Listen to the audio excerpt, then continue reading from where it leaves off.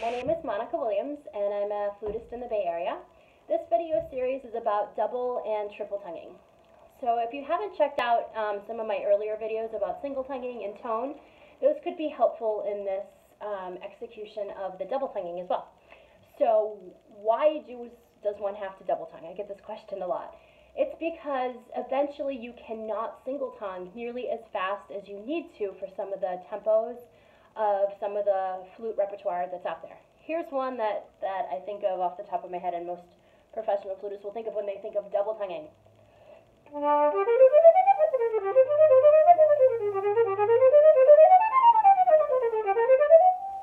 So, if I had to play that solo single-tongued, let me see if I can do it for you.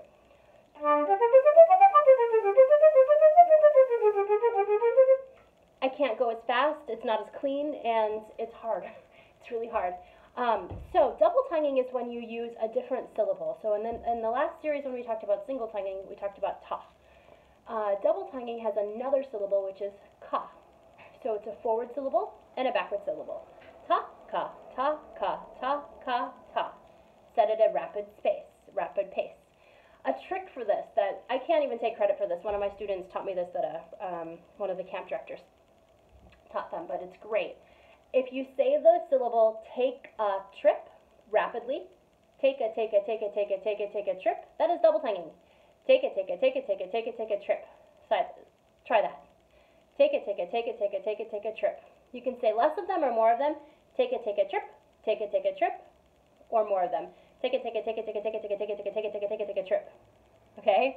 As we talked about in the last series, you can also use a D syllable, a da, and with the double tonguing you can go da and then ga. Da ga da ga da ga da ga da ga da ga da. The trick for this one is actually digga ditch. Digga digga digga digga digga digga ditch.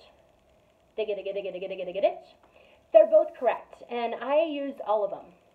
The other thing you can do is interchange your vowels, and I do this all the time. If you're used to double tonguing and you want a way to kind of make it so your tongue doesn't trip on a lot of those really harder type of things, try doing different vowels. So you can do, we'll use the ta again, taka taka taka taka taka taka ta, or tuku tuku tuku tuku tuku tuku tu, tika tika tika tika tika tika ta.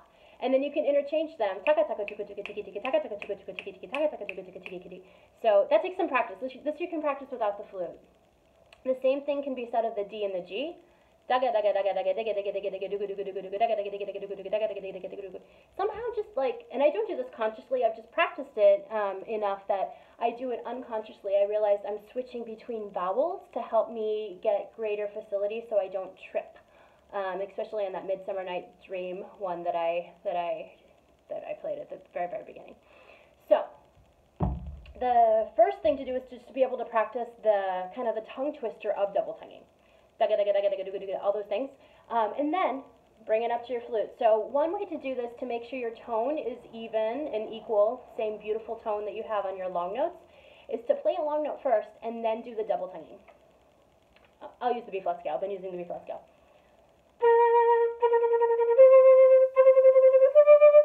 And you can go all the way up the scale. If you want, you can pause that right now and try that.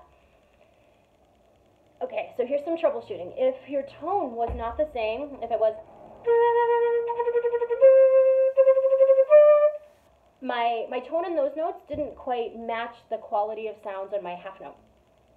So just like in the single tonguing, usually that's an indication that something is closing off. Perhaps my throat is closing off.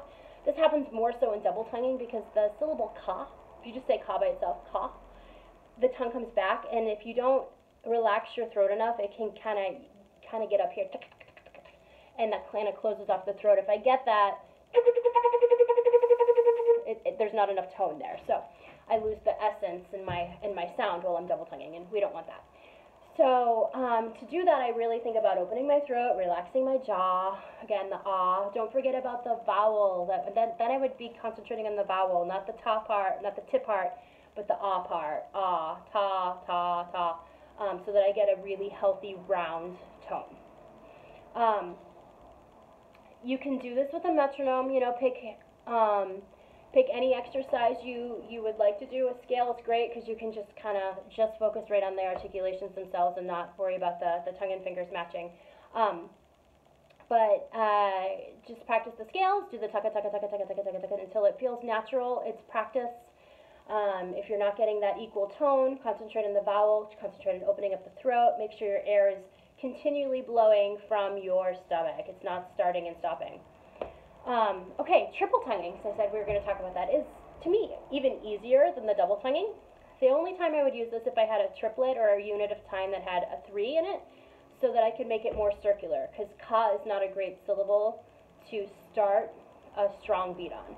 So I just interchange it ta, ka, ta, ta, ka, ta, ta, ka, ta, ta, ka, ta, ta, ka, ta, ta, or da, ga, da, da, ga, da, da, ga, da, da. And I can do the same thing with this one, holding my note.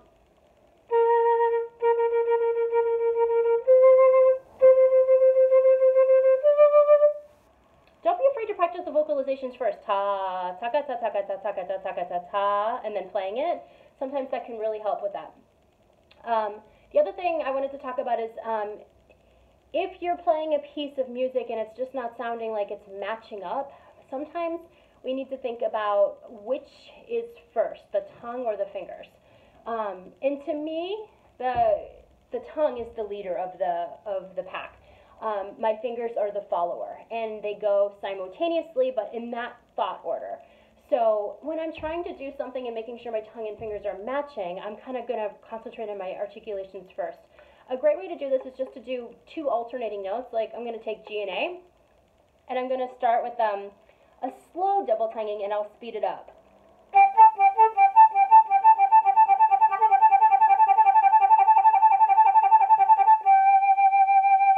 And then maybe an A and a B flat. Start slow first.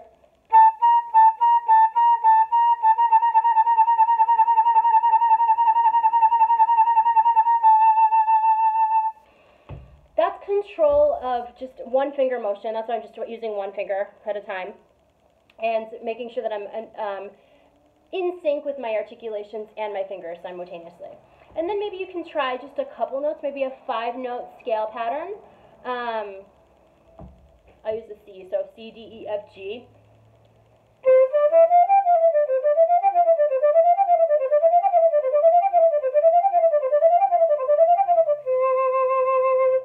So I can kind of do a slow to a fast pattern there.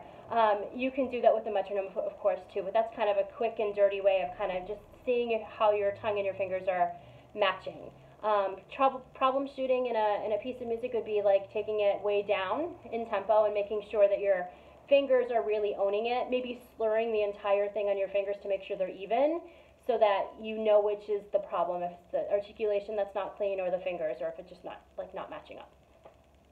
Okay, so that was kind of a crash course into the double tonguing and triple tonguing. Practice without the flute. Driving is a great time, or walking to school is a great time to practice it. And as always, you can reach out to me with any questions. My email is on my website, which is bayareaflutist.com.